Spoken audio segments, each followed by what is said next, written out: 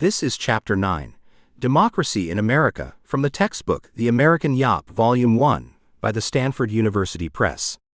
This audiobook was produced by Audileo.com, a leader in academic audiobooks. 1. Introduction. On May 30, 1806, Andrew Jackson, a 39-year-old Tennessee lawyer, came within inches of death.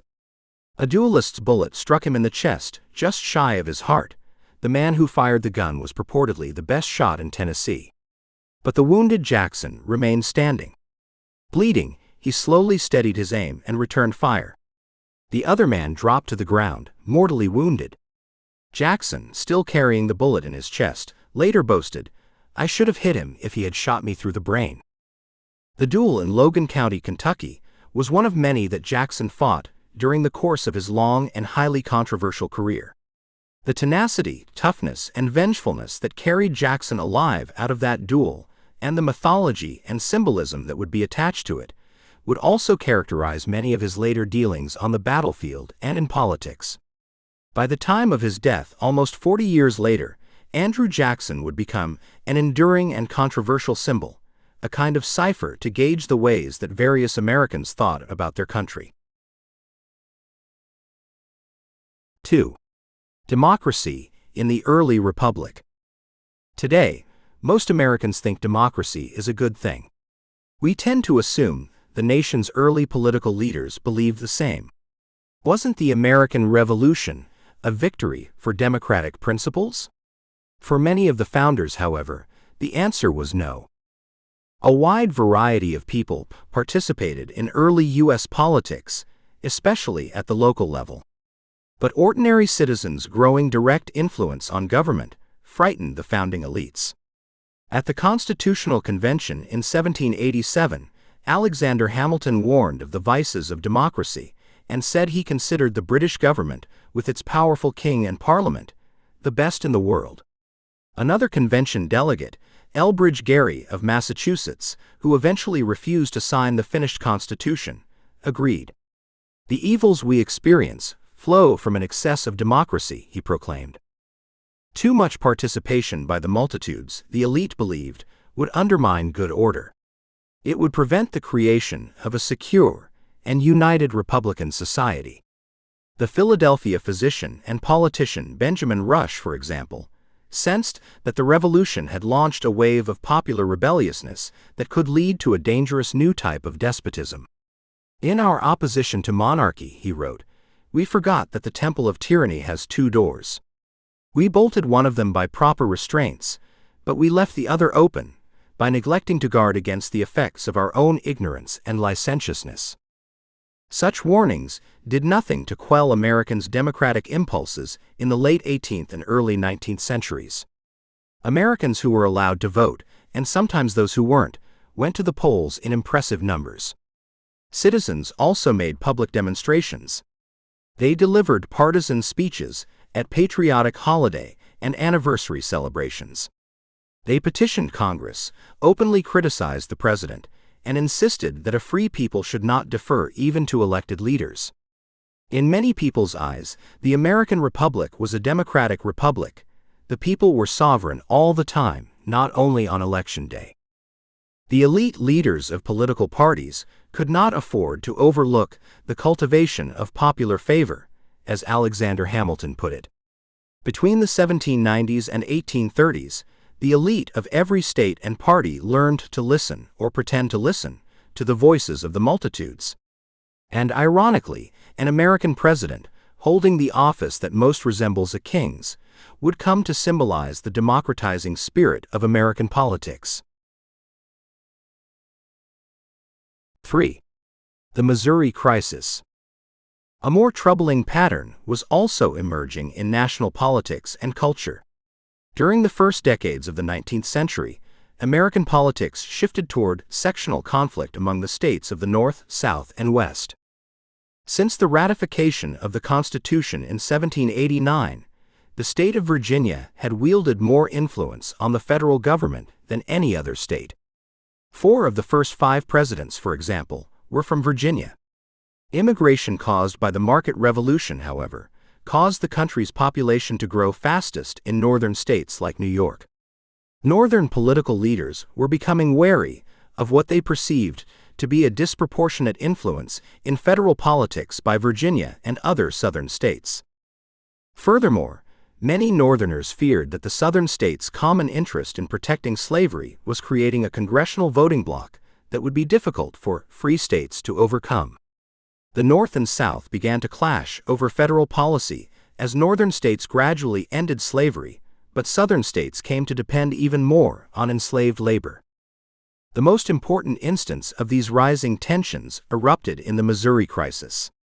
When white settlers in Missouri, a new territory carved out of the Louisiana Purchase, applied for statehood in 1819, the balance of political power between northern and southern states became the focus of public debate. Missouri already had more than 10,000 enslaved laborers and was poised to join the southern slave states in Congress. Accordingly, Congressman James Talmadge of New York proposed an amendment to Missouri's application for statehood.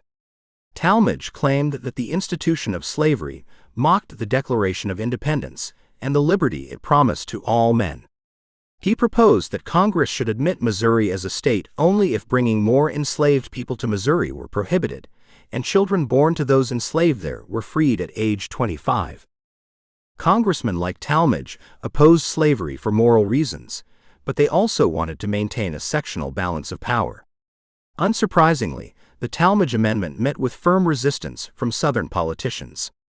It passed in the House of Representatives because of the support of nearly all the Northern congressmen who had a majority there, but it was quickly defeated in the Senate.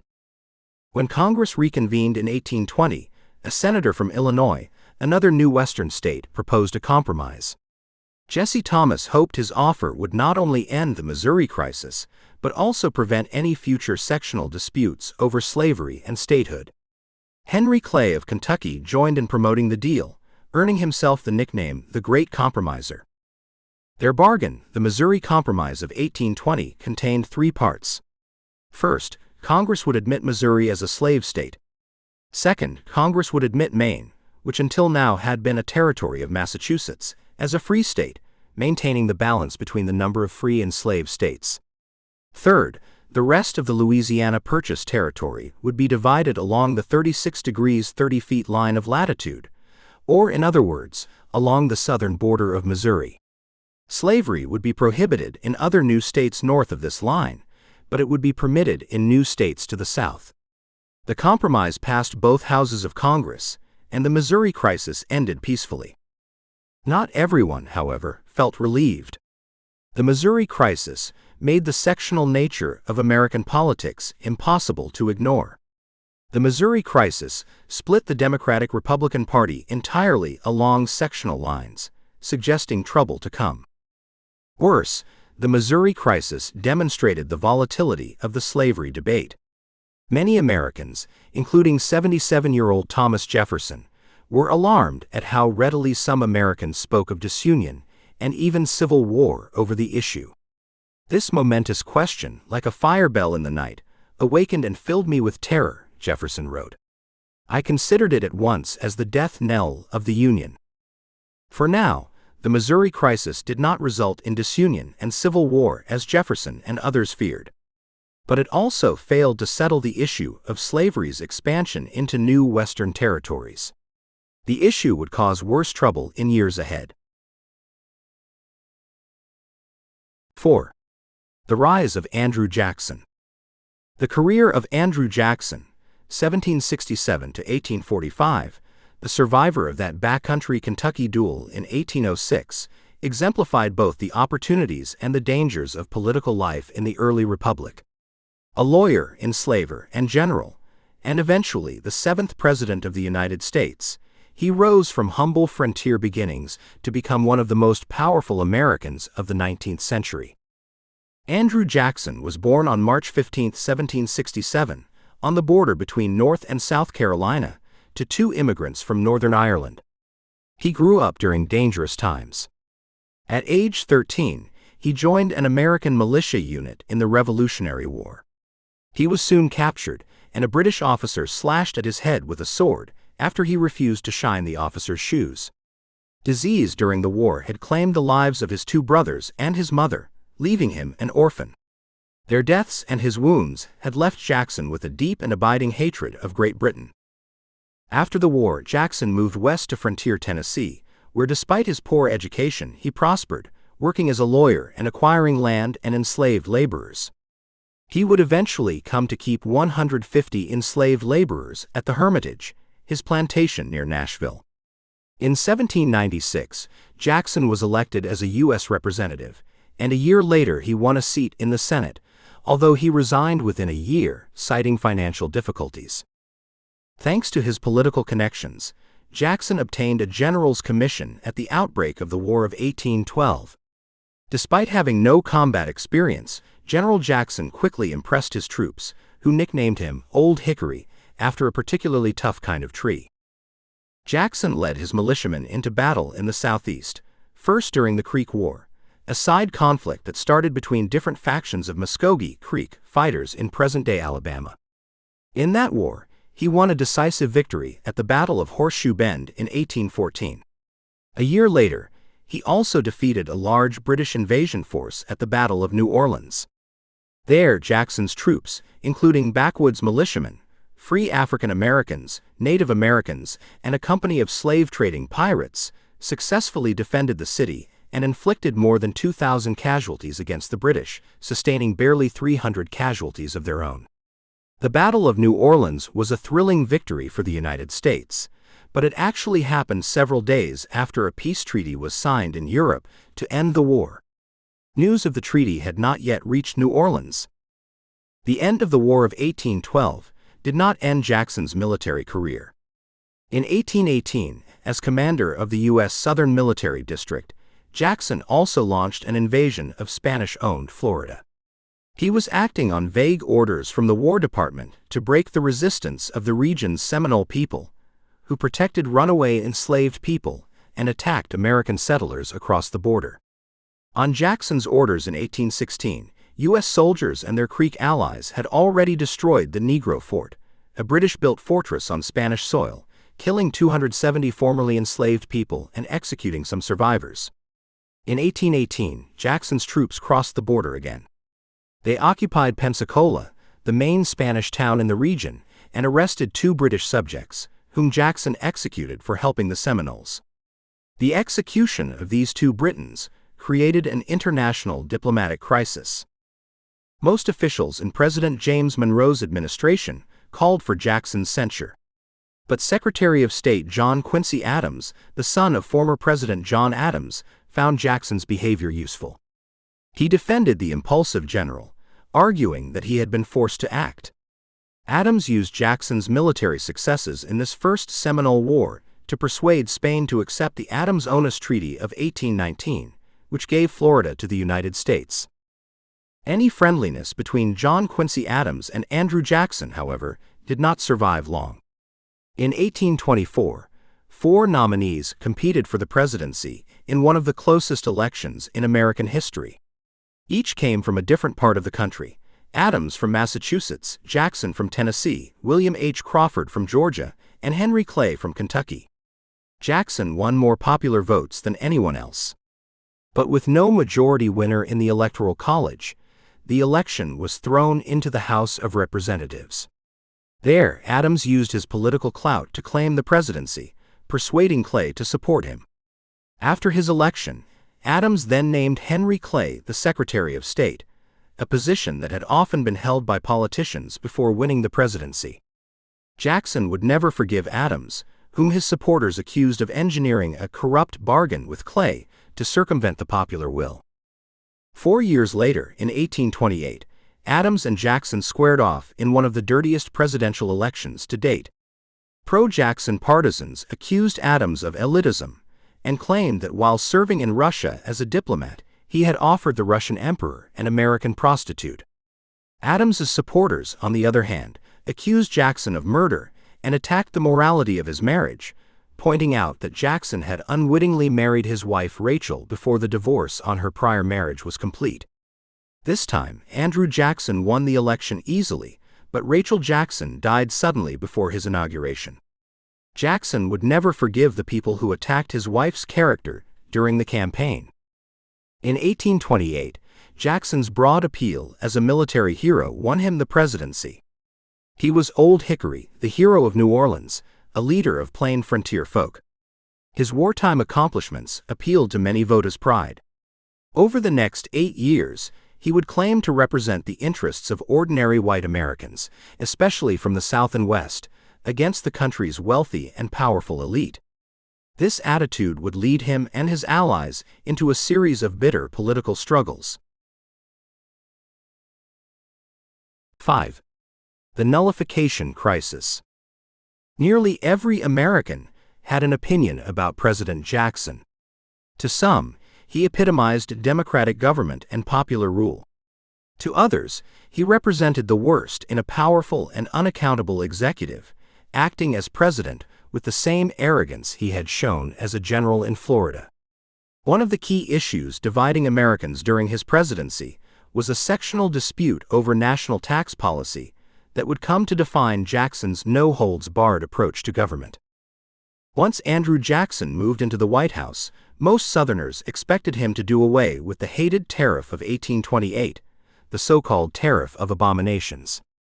This import tax provided protection for Northern manufacturing interests by raising the prices of European products in America. Southerners, however, blamed the tariff for a massive transfer of wealth. It forced them to purchase goods from the North's manufacturers at higher prices, and it provoked European countries to retaliate with high tariffs of their own, reducing foreign purchases of the South's raw materials. Only in South Carolina, though, did the discomfort turn into organized action. The state was still trying to shrug off the economic problems of the Panic of 1819, but it had also recently endured the Denmark-Vesey slave conspiracy, which convinced white South Carolinians that anti-slavery ideas put them in danger of a massive uprising. Elite South Carolinians were especially worried that the tariff was merely an entering wedge for federal legislation that would limit slavery. Andrew Jackson's own vice president, John C. Calhoun, who was from South Carolina, asserted that the tariff was the occasion rather than the real cause of the present unhappy state of things. The real fear was that the federal government might attack the peculiar domestic institution of the Southern states, meaning slavery. When Jackson failed to act against the tariff, Vice President Calhoun was caught in a tight position. In 1828, Calhoun secretly drafted the South Carolina Exposition and Protest, an essay and set of resolutions that laid out the doctrine of nullification. Drawing from the Virginia and Kentucky resolutions of 1798 and 1799, Calhoun argued that the United States was a compact among the states rather than among the whole American people. Since the states had created the Union, he reasoned, they were still sovereign, so a state could nullify a federal statute it considered unconstitutional. Other states would then have to concede the right of nullification or agree to amend the Constitution. If necessary, a nullifying state could leave the Union. When Calhoun's authorship of the essay became public, Jackson was furious, interpreting it both as a personal betrayal and as a challenge to his authority as president. His most dramatic confrontation with Calhoun came in 1832 during a commemoration for Thomas Jefferson. At dinner, the president rose and toasted, "Our federal union, it must be preserved." Calhoun responded with a toast of his own, "The union next to our liberty the most dear." Their divorce was not pretty. Martin Van Buren, a New York political leader whose skill in making deals had earned him the nickname the Little Magician, replaced Calhoun as vice president when Jackson ran for re-election in 1832. Calhoun returned to South Carolina, where a special state convention nullified the federal tariffs of 1828 and 1832. It declared them unconstitutional and therefore null, void, and no law within South Carolina. The convention ordered South Carolina customs officers not to collect tariff revenue, and declared that any federal attempt to enforce the tariffs would cause the state to secede from the Union. President Jackson responded dramatically. He denounced the ordinance of nullification and declared that disunion by armed force is treason. Vowing to hang Calhoun and any other nullifier who defied federal power, he persuaded Congress to pass a force bill that authorized him to send the military to enforce the tariffs. Faced with such threats, other Southern states declined to join South Carolina. Privately, however, Jackson supported the idea of compromise and allowed his political enemy Henry Clay to broker a solution with Calhoun. Congress passed a compromise bill that slowly lowered federal tariff rates. South Carolina rescinded nullification for the tariffs, but nullified the force bill. The legacy of the nullification crisis is difficult to sort out. Jackson's decisive action seemed to have forced South Carolina to back down. But the crisis also united the ideas of secession and states' rights, two concepts that had not necessarily been linked before. Perhaps most clearly, nullification showed that the immense political power of enslavers was matched only by their immense anxiety about the future of slavery. During later debates in the 1840s and 1850s, they would raise the ideas of the nullification crisis again. 6. The Eaton Affair and the Politics of Sexuality. Meanwhile, a more personal crisis during Jackson's first term also drove a wedge between him and Vice President Calhoun. The Eaton Affair, sometimes insultingly called the Petticoat Affair, began as a disagreement among elite women in Washington, D.C., but it eventually led to the disbanding of Jackson's cabinet. True to his backwoods reputation, when he took office in 1829, President Jackson chose mostly provincial politicians, not Washington veterans, to serve in his administration. One of them was his friend John Henry Eaton, a senator from Tennessee, whom Jackson nominated to be his Secretary of War. A few months earlier, Eaton had married Margaret O'Neill Timberlake, the recent widow of a Navy officer. She was the daughter of Washington boarding house proprietors, and her humble origins and combination of beauty, outspokenness, and familiarity with so many men in the boarding house had led to gossip. During her first marriage, rumors had circulated that she and John Eaton were having an affair while her husband was at sea. When her first husband's death was originally, but incorrectly, labeled a suicide, and she married Eaton just 9 months later, the society women of Washington had been scandalized. One wrote that Margaret Eaton's reputation had been totally destroyed. John Eaton was now Secretary of War, but other cabinet members' wives refused to have anything to do with his wife. No respectable lady who wanted to protect her own reputation could exchange visits with her, invite her to social events, or be seen chatting with her. Most importantly, the vice president's wife, Floride Calhoun, shunned Margaret Eaton, spending most of her time in South Carolina to avoid her. Even Jackson's own niece, Emily Donaldson, visited Eaton once and then refused to have anything more to do with her. Although women could not vote or hold office, they played an important role in politics as people who controlled influence. They helped hold official Washington together. And according to one local society woman, the ladies had as much rivalship and party spirit, desire of precedence and authority, as male politicians had. These women upheld a strict code of femininity and sexual morality. They paid careful attention to the rules that governed personal interactions and official relationships. Margaret Eaton's social exclusion thus greatly affected Jackson, his cabinet, and the rest of Washington society. At first, President Jackson blamed his rival, Henry Clay, for the attacks on the Eatons. But he soon perceived that Washington women and his new cabinet had initiated the gossip. Jackson scoffed, "I did not come here to make a cabinet for the ladies of this place," and claimed that he had rather have live vermin on my back than the tongue of one of these Washington women on my reputation. He began to blame the ambition of Vice President Calhoun for Floride Calhoun's actions, deciding it was necessary to put him out of the cabinet and destroy him. Jackson was so indignant because he had recently been through a similar scandal with his late wife, Rachel. Her character, too, had been insulted by leading politicians' wives because of the circumstances of her marriage. Jackson believed that Rachel's death had been caused by those slanderous attacks. Furthermore, he saw the assaults on the Eatons as attacks on his authority. In one of the most famous presidential meetings in American history, Jackson called together his cabinet members to discuss what they saw as the bedrock of society, women's position as protectors of the nation's values. There, the men of the cabinet debated Margaret Eaton's character. Jackson delivered a long defense, methodically presenting evidence against her attackers. But the men attending the meeting and their wives were not swayed. They continued to shun Margaret Eaton, and the scandal was resolved only with the resignation of 4 members of the cabinet, including Eaton's husband. 7. The Bank War. Andrew Jackson's first term was full of controversy. For all of his reputation as a military and political warrior, however, the most characteristic struggle of his presidency was financial.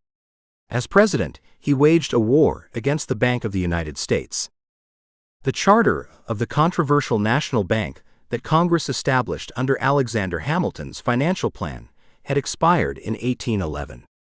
But 5 years later, Congress had given a new charter to the Second Bank of the United States. Headquartered in Philadelphia, the bank was designed to stabilize the growing American economy. By requiring other banks to pay their debts promptly in gold, it was supposed to prevent them from issuing too many paper banknotes that could drop suddenly in value. Of course, the Bank of the United States was also supposed to reap a healthy profit for its private stockholders, like the Philadelphia banker Stephen Girard and the New York merchant John Jacob Astor. Though many Democratic Republicans had supported the new bank, some never gave up their Jeffersonian suspicion that such a powerful institution was dangerous to the Republic. Andrew Jackson was one of the skeptics. He and many of his supporters blamed the bank for the Panic of 1819, which had become a severe economic depression. The National Bank had made that crisis worse, first by lending irresponsibly and then, when the panic hit, by hoarding gold currency to save itself at the expense of smaller banks and their customers. Jackson's supporters also believed the bank had corrupted many politicians by giving them financial favors. In 1829, after a few months in office, Jackson set his sights on the bank and its director, Nicholas Biddle. Jackson became more and more insistent over the next 3 years, as Biddle and the bank's supporters fought to save it. A visiting Frenchman observed that Jackson had declared a war to the death against the bank, attacking it in the same cut-and-thrust style with which he had once fought Native Americans and the British. For Jackson, the struggle was a personal crisis. "The bank is trying to kill me," he told Martin Van Buren, "but I will kill it." The bank's charter was not due for renewal for several years, but in 1832, while Jackson was running for re-election, Congress held an early vote to reauthorize the Bank of the United States. The president vetoed the bill. In his veto message, Jackson called the bank unconstitutional and dangerous to the liberties of the people. The charter, he explained, didn't do enough to protect the bank from its British stockholders, who might not have Americans' interests at heart. In addition, Jackson wrote, the Bank of the United States was virtually a federal agency, but it had powers that were not granted anywhere in the Constitution. Worst of all, the bank was a way for well-connected people to get richer at everyone else's expense. The rich and powerful, the president declared, too often bend the axe of government to their selfish purposes. Only a strictly limited government, Jackson believed, would treat people equally. Although its charter would not be renewed, the Bank of the United States could still operate for several more years. So in 1833, to diminish its power, Jackson also directed his cabinet to stop depositing federal funds in it. From now on, the government would do business with selected state banks instead. Critics called them Jackson's pet banks. Jackson's bank veto set off fierce controversy. Opponents in Philadelphia held a meeting and declared that the president's ideas were dangerous to private property. Jackson, they said, intended to place the honest earnings of the industrious citizen at the disposal of the idle, in other words, redistribute wealth to lazy people, and become a dictator. A newspaper editor said that Jackson was trying to set the poor against the rich, perhaps in order to take over as a military tyrant. But Jackson's supporters praised him. Pro-Jackson newspaper editors wrote that he had kept a moneyed aristocracy from conquering the people. By giving President Jackson a vivid way to defy the rich and powerful, or at least appear to do so, The bank war gave his supporters a specific democratic idea to rally around. More than any other issue, opposition to the national bank came to define their beliefs. And by leading Jackson to exert executive power so dramatically against Congress, the bank war also helped his political enemies organize. Increasingly, supporters of Andrew Jackson referred to themselves as Democrats. Under the strategic leadership of Martin Van Buren, they built a highly organized national political party, the first modern party in the United States. Much more than earlier political parties, this Democratic Party had a centralized leadership structure and a consistent ideological program for all levels of government. Meanwhile, Jackson's enemies, mocking him as King Andrew I, named themselves after the patriots of the American Revolution, the Whigs. 8. The Panic of 1837. Unfortunately for Jackson's Democrats and most other Americans, their victory over the Bank of the United States worsened rather than solved the country's economic problems. Things looked good initially. Between 1834 and 1836, a combination of high cotton prices, freely available foreign and domestic credit, and an infusion of specie, hard currency in the form of gold and silver, from Europe, spurred a sustained boom in the American economy. At the same time, sales of Western land by the federal government promoted speculation and poorly regulated lending practices, creating a vast real estate bubble. Meanwhile, the number of state-chartered banks grew from 329 in 1830 to 713 just 6 years later. As a result, the volume of paper banknotes per capita in circulation in the United States increased by 40% between 1834 and 1836. Low interest rates in Great Britain also encouraged British capitalists to make risky investments in America.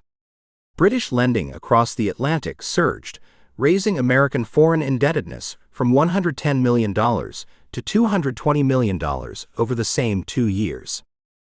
As the boom accelerated, banks became more careless about the amount of hard currency they kept on hand to redeem their banknotes. And although Jackson had hoped his bank veto would reduce bankers' and speculators' power over the economy, it actually made the problems worse. 2 further federal actions, late in the Jackson administration, also worsened the situation. In June 1836, Congress decided to increase the number of banks receiving federal deposits. This plan undermined the banks that were already receiving federal money, since they saw their funds distributed to other banks. Next, seeking to reduce speculation on credit, the Treasury Department issued an order called the Specie Circular in July 1836, requiring payment in hard currency for all federal land purchases. As a result, land buyers drained Eastern banks of even more gold and silver. By late fall in 1836, America's economic bubbles began to burst. Federal land sales plummeted. The New York Herald reported that lands in Illinois and Indiana that were cracked up to $10 an acre last year are now to be got at $3 and even less.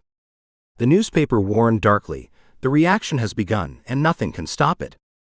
Runs on banks began in New York on May 4, 1837, as panicked customers scrambled to exchange their banknotes for hard currency. By May 10, the New York banks, running out of gold and silver, stopped redeeming their notes. As news spread, banks around the nation did the same.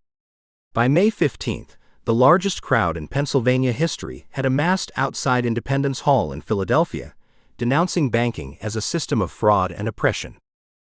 The Panic of 1837 led to a general economic depression. Between 1839 and 1843, the total capital held by American banks dropped by 40% as prices fell and economic activity around the nation slowed to a crawl. The price of cotton in New Orleans, for instance, dropped 50%. Traveling through New Orleans in January 1842, a British diplomat reported that the country presents a lamentable appearance of exhaustion and demoralization. Over the previous decade, the American economy had soared to fantastic new heights and plunged to dramatic new depths. Normal banking activity did not resume around the nation until late 1842. Meanwhile, 200 banks closed, cash and credit became scarce, prices declined, and trade slowed. During this downturn, 8 states and a territorial government defaulted on loans made by British banks to finance internal improvements. 9. Rise of the Whigs. The disaster of the Panic of 1837 created an opportunity for the Whig Party, which had grown partly out of the political coalition of John Quincy Adams and Henry Clay, and opposed Andrew Jackson and the Democratic Party. The National Republicans, a loose alliance concentrated in the Northeast, had become the core of a new anti-Jackson movement. But Jackson's enemies were a varied group. They included pro-slavery Southerners, angry about Jackson's behavior during the nullification crisis, as well as anti-slavery Yankees. After they failed to prevent Andrew Jackson's re-election, this fragile coalition formally organized as a new party in 1834 to rescue the government and public liberty. Henry Clay, who had run against Jackson for president and was now serving again as a senator from Kentucky, held private meetings to persuade anti-Jackson leaders from different backgrounds to unite. He also gave the new Whig Party its anti-monarchical name. At first, the Whigs focused mainly on winning seats in Congress, opposing King Andrew from outside the presidency. They remained divided by regional and ideological differences. The Democratic presidential candidate, Vice President Martin Van Buren, easily won election as Jackson's successor in 1836.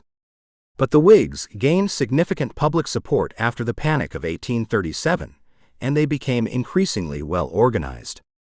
In late 1839, they held their first national convention in Harrisburg, Pennsylvania. To Henry Clay's disappointment, the convention voted to nominate not him, but General William Henry Harrison of Ohio as the Whig candidate for president in 1840. Harrison was known primarily for defeating Shawnee warriors, led by Tecumseh, before and during the War of 1812, most famously at the Battle of Tippecanoe in present-day Indiana. Whig leaders viewed him as a candidate with broad patriotic appeal. They portrayed him as the log cabin and hard cider candidate, a plain man of the country, unlike the Easterner Martin Van Buren. To balance the ticket with a Southerner, the Whigs nominated a slave-owning Virginia senator, John Tyler, for vice president. Tyler had been a Jackson supporter, but had broken with him over states' rights during the nullification crisis. Although Tippecanoe and Tyler too easily won the presidential election of 1840, this choice of ticket turned out to be disastrous for the Whigs. Harrison became ill, for unclear reasons, though tradition claims he contracted pneumonia after delivering a nearly 2-hour inaugural address without an overcoat or hat, and died after just 31 days in office. Harrison thus holds the ironic honor of having the longest inaugural address and the shortest term in office of any American president. Vice President Tyler became president and soon adopted policies that looked far more like Andrew Jackson's than like a Whig's. After Tyler twice vetoed charters for another Bank of the United States, nearly his entire cabinet resigned, and the Whigs in Congress expelled his accidency from the party. The crisis of Tyler's administration was just one sign of the Whig Party's difficulty uniting around issues besides opposition to Democrats.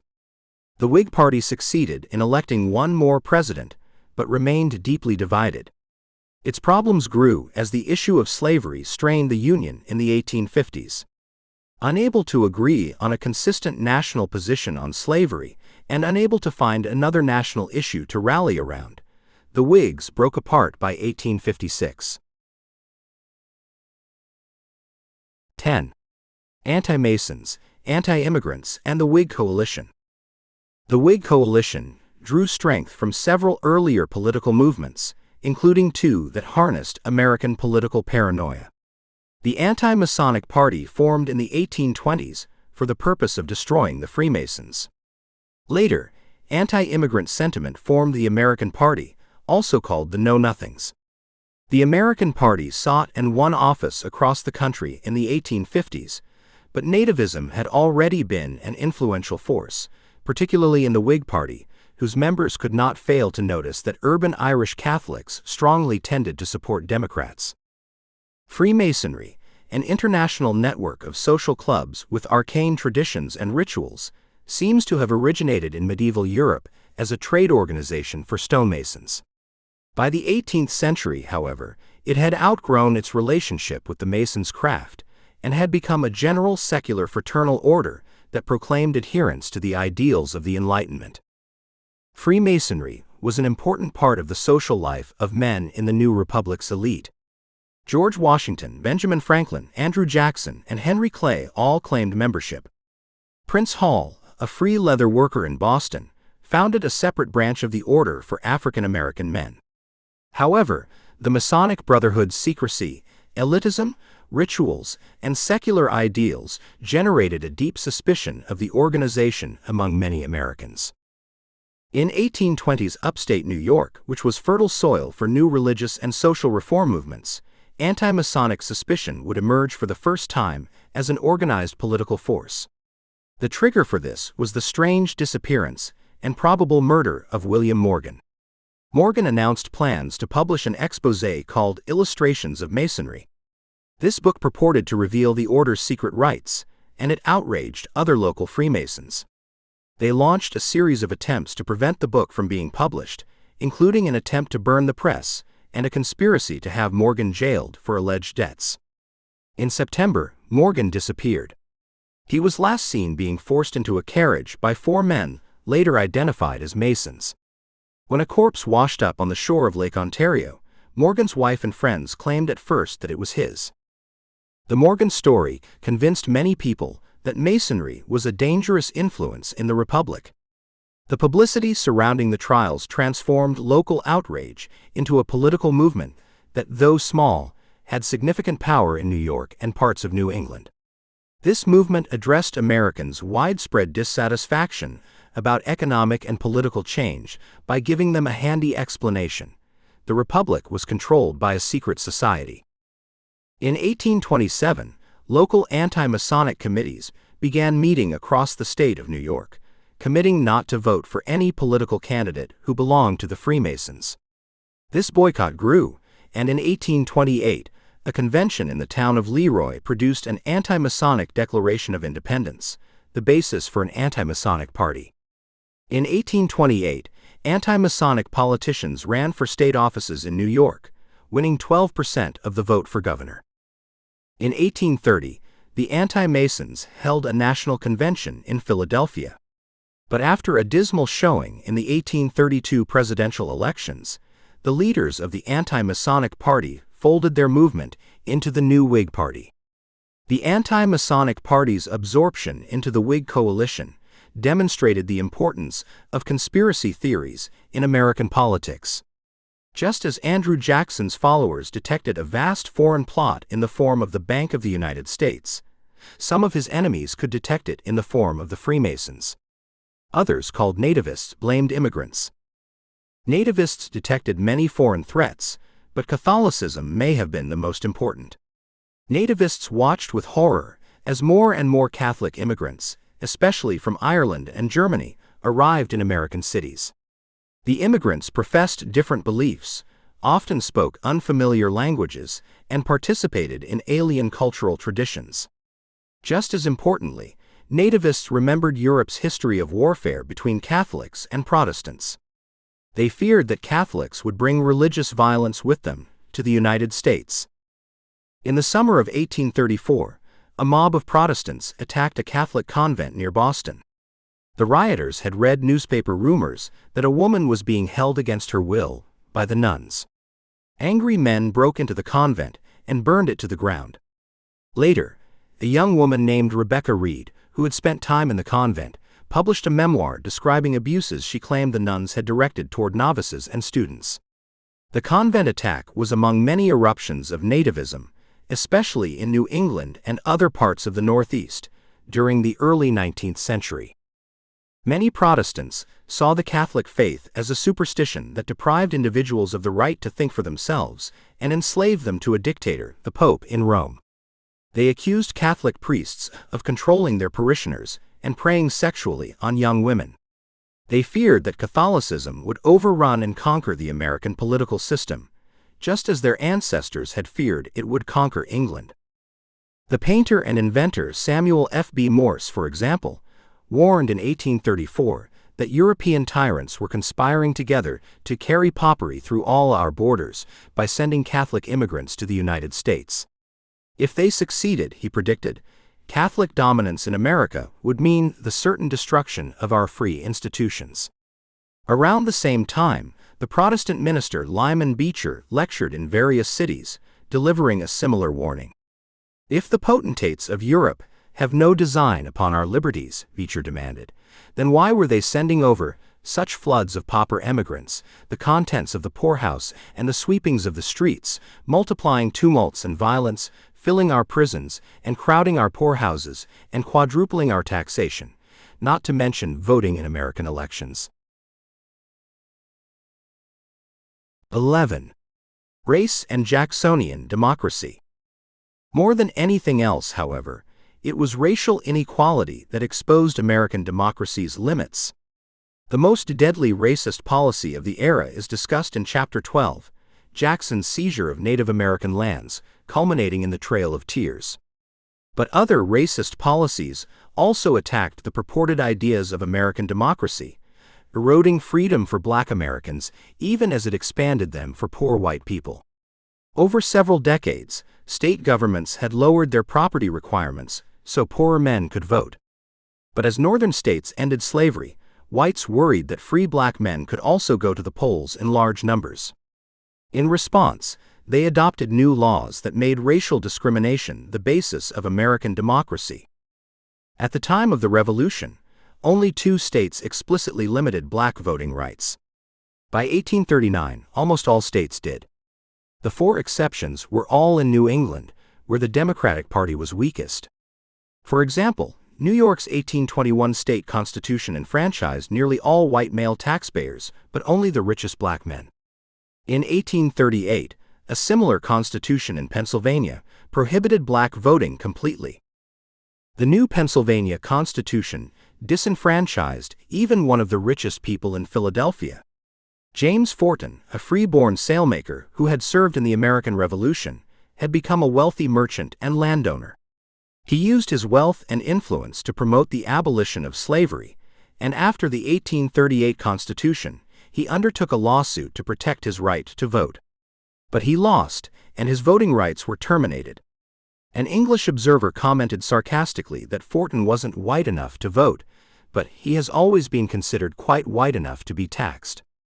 During the 1830s, furthermore, the social tensions that had promoted Andrew Jackson's rise also worsened race relations. Almost 400,000 free Black people lived in America by the end of the decade. In the South and West, Native Americans stood in the way of white expansion. And the new Irish Catholic immigrants, along with native working-class whites, often despised non-whites as competitors for scarce work, housing, and status. Racial and ethnic resentment thus contributed to a wave of riots in American cities during the 1830s. In Philadelphia, thousands of white rioters torched an anti-slavery meetinghouse and attacked Black churches and homes. Near St. Louis, abolitionist newspaper editor Elijah Lovejoy was murdered as he defended his printing press. Contemplating the violence, another journalist wondered, does it not appear that the character of our people has suffered a considerable change for the worse? Racial tensions also influenced popular culture. The white actor Thomas Dartmouth Rice appeared on stage in blackface, singing and dancing as a clownish enslaved man named Jim Crow. Many other white entertainers copied him. Borrowing from the work of real Black performers, but pandering to white audiences' prejudices, they turned cruel stereotypes into one of antebellum America's favorite forms of entertainment. Some whites in the 1830s, however, joined free Black activists in protesting racial inequality. Usually, they lived in northern cities and came from the class of skilled laborers, or in other words, the lower middle class. Most of them were not rich, but they expected to rise in the world. In Boston, for example, the Female Anti-Slavery Society included women whose husbands sold coal, mended clothes, and baked bread, as well as women from wealthy families. In the nearby village of Lynn, many abolitionists were shoemakers. They organized boycotts of consumer products like sugar that came from slave labor, and they sold their own handmade goods at anti-slavery fundraising fairs. For many of them, the anti-slavery movement was a way to participate in respectable middle-class culture, a way for both men and women to have a say in American life. Debates about slavery, therefore, reflected wider tensions in a changing society. The ultimate question was whether American democracy had room for people of different races as well as religions and classes. Some people said yes and struggled to make American society more welcoming. But the vast majority, whether Democrats or Whigs, said no. This has been Chapter 9, Democracy in America, from the textbook The American Yawp, Volume 1, by the Stanford University Press. This audiobook was produced by Audileo.com, a leader in academic audiobooks.